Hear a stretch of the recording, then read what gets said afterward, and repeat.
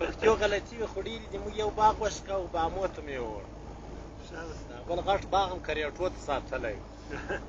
موږ ځای کې یو کونډه ده، دغه یې کور ده. هغې غږ رم شو وایه تاوه د تیم شکه یم علیا کاکا رضیا خرې یم. دا سر هم سړی نه شو. څنګه بیا منطقه کوي. دا پارسي هم دغسې ته نه فرضه به چې دغه شی ښایسته دا پارسي کې هم غلطي ده. زده کړې وایي نجونې سبقي ته تلې دي، یوې نجلۍ وایي سپاره ورکه وایي ملا ته ورسېم ملا صاحب کوم سپاره یم.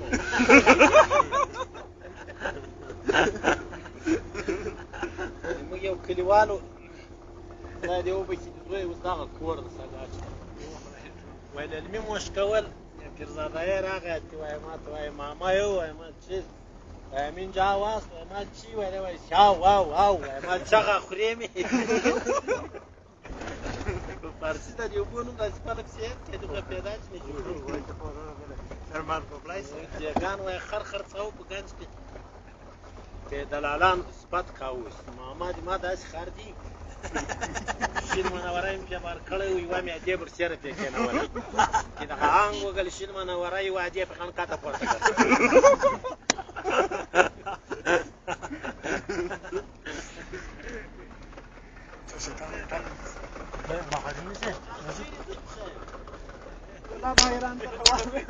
دا دوبۍ ته ځه او بل ایران ته ځو. خدای دې عمل شي. والله زړه ښځې مېړه وایي پاکستان کې برسات و دی وایي په اتڼ کې اواز واست وایي پاکستان ګاډي د ځان سره اسه کور ته تاو مې راغی پورته.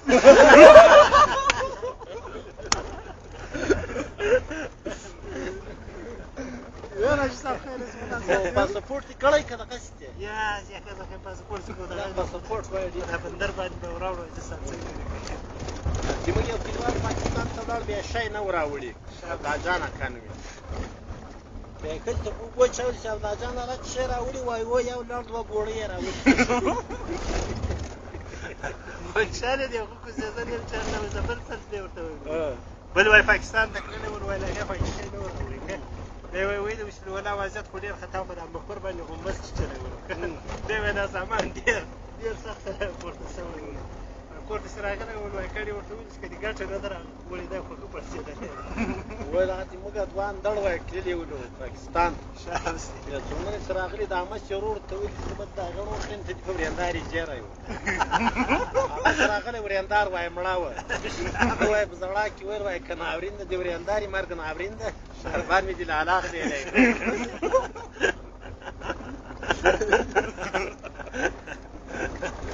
کم طبع خلک یې نن لکه چې ستره سره څونه په درازار ما درازار سره یو جب چیرې مېلمانو ماته وایي چې څنګه دا د مېلمانو ټول دا اتلس کلن دي مانکا دا خو به نو لاله بغي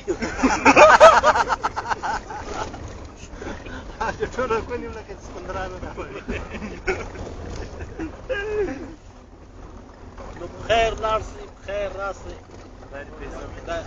دوبۍ وال خواران چې راشي د ټومنې لکه یا د کراچي وه لکه چپر خرې ټول لګېدلي هغه وخت هم ډېر ګرم راوس ویل وایي کال پاکستان ته لاړم کراچي ته زر بېرته رالم ولې زر رالې